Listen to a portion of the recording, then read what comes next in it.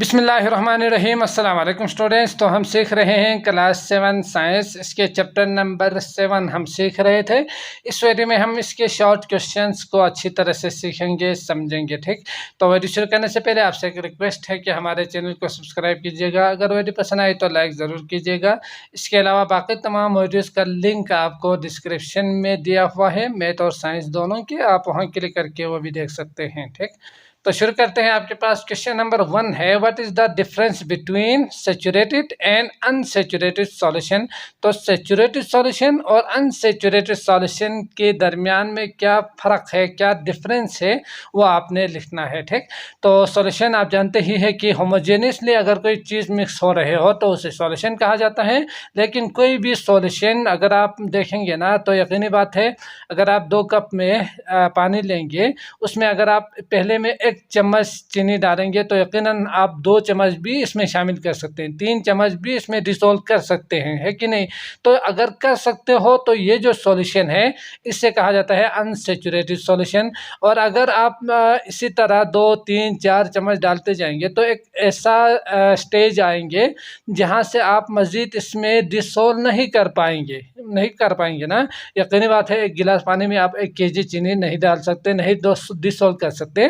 तो एक हद होती है, वो जो आखिरी हद है ना, उसे कहा जाता है सैचुरेटेड। अगर मैं साधारण अल्फाज में कहूँ तो आखिरी हद को ही सैचुरेटेड कहा जाता है। उस सॉल्यूशन को जिसमें आप मैक्सिमम अमाउंट डाल चुके हुए हैं वो होते हैं आपके पास सैचुरेटेड। अब यहाँ पे ना जो टेम्परेचर है वो सेम ही होना चाहिए। अगर टेम्परेचर इंक्रीज़ हो, गर्म ज़्यादा हो, तो यकीनन उसमें हम मज़ीद शामिल कर सकते हैं। ये चीज़ भी हमने सीखा था सुपर सैचुरेटेड में। तो टेम्परेचर अगर सेम हो तो ही ये वाला सैचुरेटेड और ये वाला अनसैचुरेटेड होंगे। ठीक, तो इसी को लिखना है। क्या लिखना है वो देखते हैं। तो सवाल है आपके पास short question, what is the difference between saturated and unsaturated solution. तो आप इस तरह से ना अलग अलग करके लिखिएगा ताकि आपको जल्दी याद हो जाए और याद रख पाए। ठीक, सैचुरेटेड का मतलब saturated solution is a solution, एक ऐसा सॉल्यूशन है जिसमें in which the maximum amount of solute, जिसमें आप कोई चीज़ डाल रहे हो ना, उससे कहा जाता है सॉल्यूट। तो जो मैक्सिमम अमाउंट अगर उसमें डाल चुके हो तो वो जो सॉल्यूशन है has been dissolved in the solvent. तो उस सॉल्वेंट में अगर डिसॉल्व हो चुका हो तो ये जो सॉल्यूशन आपको रिजल्ट में जो आपको मिलेंगे एट ए गिवन टेम्परेचर, एक ख़ास टेम्परेचर भी होना चाहिए यकीनन। अगर टेम्परेचर ग्रेटर हो तो मज़ीद हम डाल सकते हैं। तो एक ख़ास टेम्परेचर में जो सॉल्यूशन आपको मिलेंगे, इस सॉल्यूशन को कहा जाता है सैचुरेटेड। एंड अनसैचुरेटेड का मतलब बिल्कुल उलट होंगे, आप मज़ीद इसमें शामिल कर सकते हैं, करते डिसॉल्व कर सकते हैं, तो उसे कहा जाता है अनसैचुरेटेड। तो an unsaturated solution in is the solution, एक ऐसा सॉल्यूशन है जिसमें in which the solute has completely dissolve. तो आप जो सॉल्यूट है ना, उसमें जो चीज़ आप शामिल कर रहे हैं वो कम्प्लीटली डिसॉल्व हो in the solvent, leaving no remaining substance. अगर उसमें कोई सब्सटेंस जो है ना बाकी ना रहे हो तो वो होते हैं आपके पास अनसैचुरेटेड सॉल्यूशन। ठीक, तो यकीनी बात है जी, इसमें हम मज़ीद डाल सकते हैं। मज़ीद हम डिसॉल्व करने के लिए कोई चीज़, शुगर हो, नमक हो या कोई भी चीज़ हो, उसको हम मज़ीद शामिल कर सकते हैं, जबकि इसमें नहीं कर सकते एक ख़ास टेम्परेचर पे। ठीक, अगला देखते हैं क्वेश्चन नंबर 2। सवाल है आपके पास, Bilkis was preparing her morning coffee. तो बिल्किस क्या कर रही थी, उसकी जो मॉर्निंग कॉफ़ी है ना वो तैयार कर रही थी। तो यकीनन कॉफ़ी आप जानते ही है, जो सुबह आप पीते होंगे यकीनन। तो she adds hot water and sugar to her coffee. तो वो क्या करते हैं, वाटर को उसमें शामिल कर देते हैं। यहाँ पे क्या कहा है, हॉट वाटर जो गर्म पानी है उसको, एंड शुगर को और चीनी को कॉफ़ी के अंदर, वो जैसे कि 1 कप कॉफ़ी में वो 1 कप में क्या करते हैं, वो कॉफ़ी डाल देते हैं पहले, इसके बाद इसमें पानी शामिल कर देते हैं, शुगर को शामिल कर देते हैं। ये उन्होंने खुद कहा है। ठीक, तो यकीनी बात है कॉफ़ी की जो मकदार है वो कम होंगे, इसमें हम मज़ीद बहुत ज़्यादा मकदार में ना, बनिस्बत कॉफ़ी के हम बहुत ज़्यादा पानी इसमें डालेंगे तो ही आपको कॉफ़ी मिलेंगे, है ना।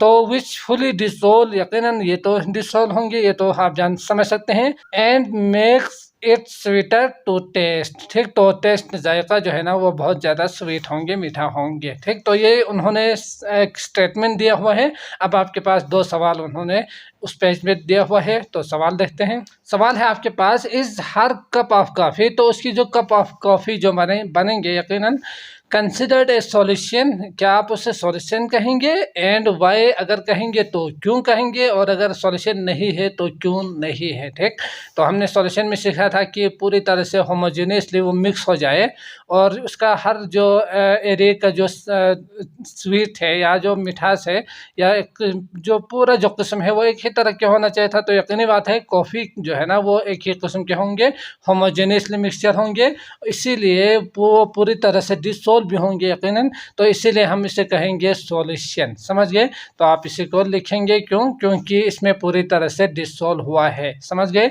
और दूसरा है इन द एबव सिनेरियो, तो ये जो उन्होंने लिखा था पहले स्टेटमेंट, इसमें which one is the solute, कौन सा वाला सॉल्यूट है, and which one is the solvent. तो सॉल्यूट और सॉल्वेंट का मतलब आप जानते ही है, जो कम मकदार में हो वो सॉल्यूट और जो ज़्यादा मकदार में हो वो सॉल्वेंट कहा जाता है। तो अगर आप एक कप कॉफ़ी बनाएंगे ना तो उसमें आप देखेंगे कि जो पानी की मकदार है वो ज़्यादा ही होंगे कि नहीं। सॉल्वेंट की जो मकदार है उसी को सॉल्वेंट कहा जाता है। ज़्यादा मकदार में हो तो पानी की मकदार ज़्यादा है इसलिए सॉल्वेंट होंगे, और बाकी कॉफ़ी और जो आप शुगर उसमें डाल रहे हैं वो होंगे उसकी मकदार कम, तो इसलिए इसे कहेंगे सॉल्यूट। समझ गए?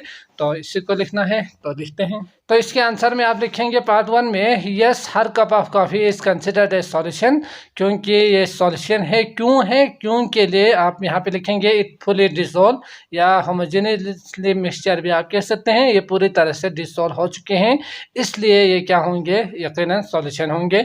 और इसके जो दूसरा पार्ट है इसके आंसर में आप लिखेंगे इन द अबव सिनेरियो, जो उन्होंने दिया हुआ था, coffee and sugar are solute. Coffee और शुगर क्या है? सॉल्यूट है। क्यों? क्योंकि इसकी मकदार कम है। And while water is solvent, और इसी तरह वाटर जो है ना वो सॉल्वेंट है, ये आप लिखेंगे। क्यों? क्योंकि इसकी मकदार ज़्यादा है ना, इसीलिए इसे सॉल्वेंट ही कहा जाएगा। अगला देखते हैं क्वेश्चन नंबर 3। सवाल है आपके पास, how increase in temperature speed up the dissolving process. तो उन्होंने क्या कहा है, किस तरह से इंक्रीज होते हैं, ज़्यादा होंगे यकीनन। अगर टेम्परेचर ज़्यादा हो तो उसका जो डिसॉल्व होने का जो प्रोसेस है वो स्पीड क्यों होती है, मतलब जल्दी से वो क्यों डिसॉल्व होते हैं, ये आपने बतानी है। ठीक, तो यकीनन हमने यहाँ पे इस चैप्टर में एक लफ्ज़ सीखा नहीं है, तो काइनेटिक एनर्जी कहा जाता है उसे। उसकी वजह से उसकी जो टेम्परेचर अगर ज़्यादा होना तो उसकी जो स्पीड होते हैं जो ज़्यादा होते हैं डिसॉल्व होने का। तो जो काइनेटिक एनर्जी है उसका मतलब क्या होते हैं, जो पार्टिकल्स है, छोटे छोटे जो ज़रात है जो हमने सीखा था, उसकी जो मूवमेंट है वो जल्दी से होती है अगर गर्म हो, तो इसी वजह से वो छोटे छोटे टुकड़ों में तकसीम होते हैं, फिर जाके जल्दी से वो पिघलते हैं, मतलब क्या हुआ कि वो डिसॉल्व होते हैं। ठीक, तो इस तरह से आप कह सकते हैं।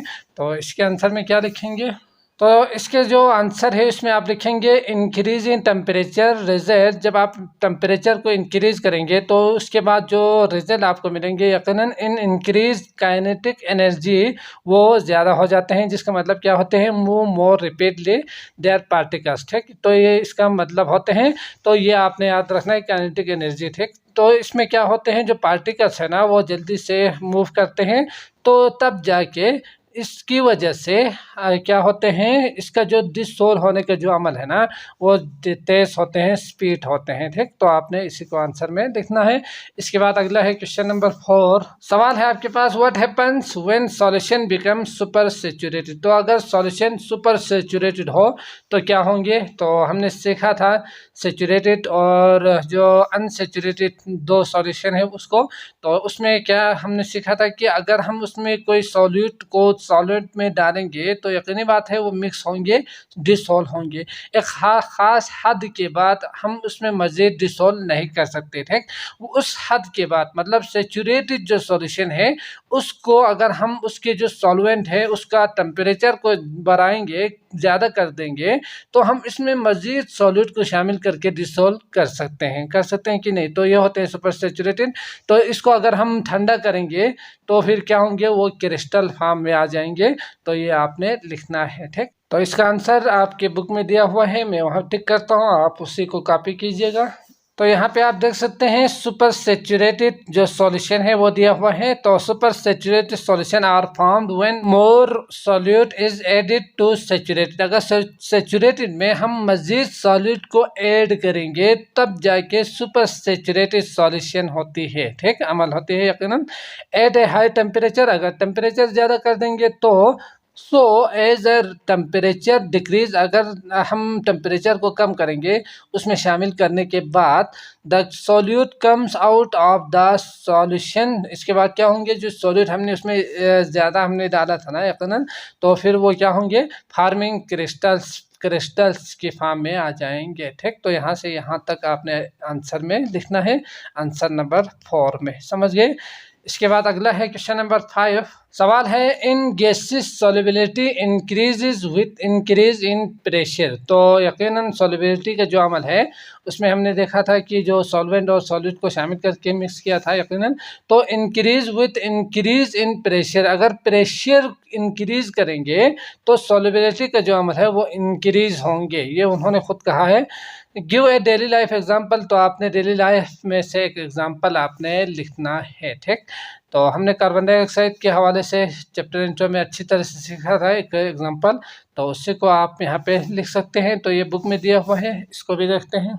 तो एग्जाम्पल ही आपने लिखना है और कुछ लिखने की ज़रूरत नहीं है। तो यहाँ पे एग्जाम्पल लिखने के बाद आप यहाँ से लिख सकते हैं the solubility of carbon dioxide in water, water में कार्बन डाइऑक्साइड CO2 है ना, उसकी जो सॉल्युबिलिटी है अंडर नॉर्मल एटमॉस्फेरिक प्रेशर पे इज लो, तो यकीनन लो होंगे। But when the water surface is subjected to high pressure, अगर हम उसको ज़्यादा प्रेशर देंगे, यकीनन जो हम प्रेशर के हवाले से ही एग्जांपल दे रहे हैं ना, तो a lot of CO2 gas get dissolved in it, तो इसके बाद हम क्या कर सकते हैं, मज़ीद उसमें कार्बन डाइऑक्साइड जो गैस है उसको हम डिसॉल्व कर सकते हैं, ठीक। तो ये हो गया आपके पास एग्जाम्पल, इसी को आपने आंसर नंबर 5 में लिखना है, ठीक।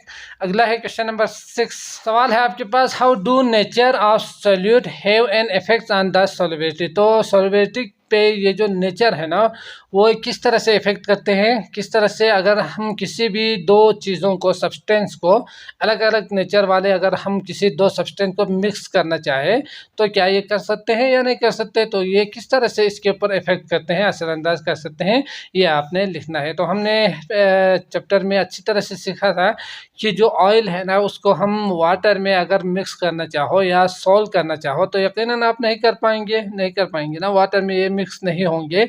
क्यों नहीं होंगे, क्योंकि जो लाइक है हमने सीखा था कि लाइक और अनलाइक, तो अगर लाइक हो तो यकीनी बात है वो डिसॉल्व होंगे, अगर लाइक नहीं हो तो इसका मतलब वो डिसॉल्व नहीं होंगे, ठीक।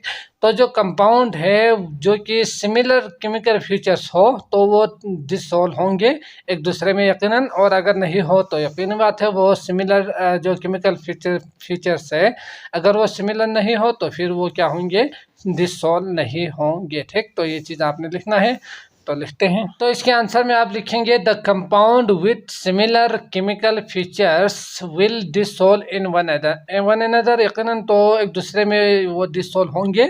The chance of solubility between two unlike substance are more challengeable, अगर लाइक नहीं हो या सिमिलर नहीं हो तो यकीनी बात है वो बहुत ज़्यादा मुश्किल होंगे, एक दूसरे में डिसॉल्व नहीं होंगे।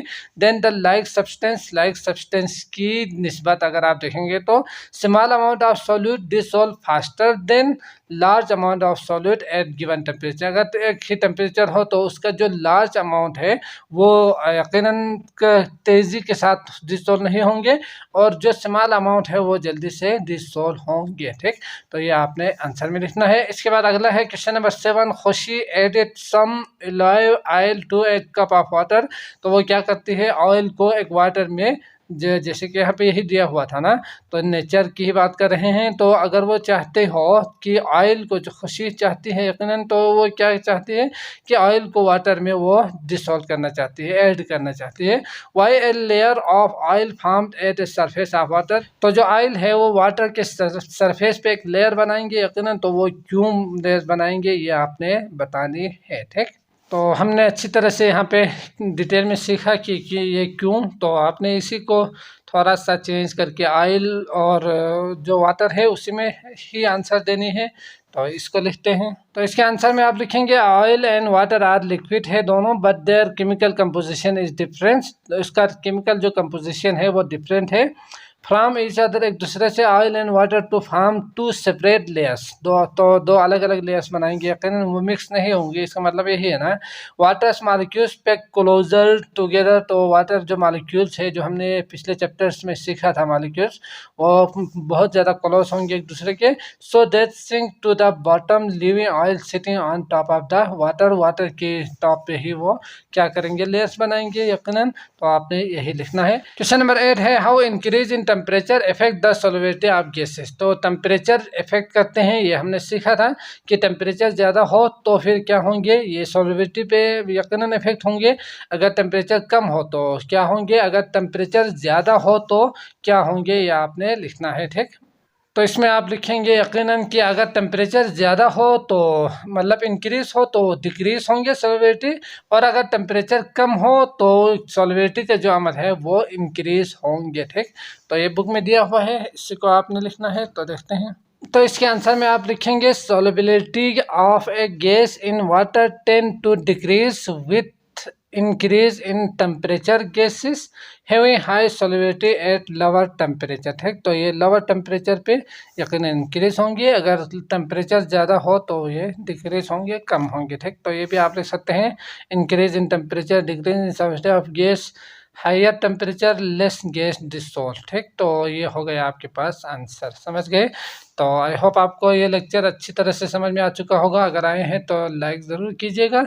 इसके अलावा अगली वीडियो और बाकी तमाम वीडियोस का लिंक आपको डिस्क्रिप्शन में मिल जाएंगे, आप वहां क्लिक करके वो भी देख सकते हैं। ठीक, तो उस वक्त तक के लिए मुझे इजाज़त दीजिएगा। अल्लाह निगहबान।